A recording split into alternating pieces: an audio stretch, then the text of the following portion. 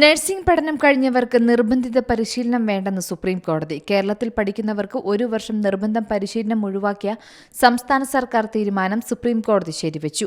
നിർബന്ധിത പരിശീലനം പുനഃസ്ഥാപിക്കണമെന്ന സ്വകാര്യ ആശുപത്രികളുടെ ഹർജി തള്ളി.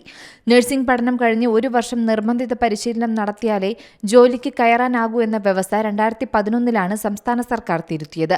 4 വർഷത്തെ കോഴ്സിന് പിന്നാലെ 1 വർഷം പരിശീലനം കൂടി കണക്കാക്കുമ്പോൾ നഴ്സിംഗ് പഠനം പൂർത്തിയാക്കാൻ കേരളത്തിൽ 5 വർഷം എടുത്തിരുന്നു.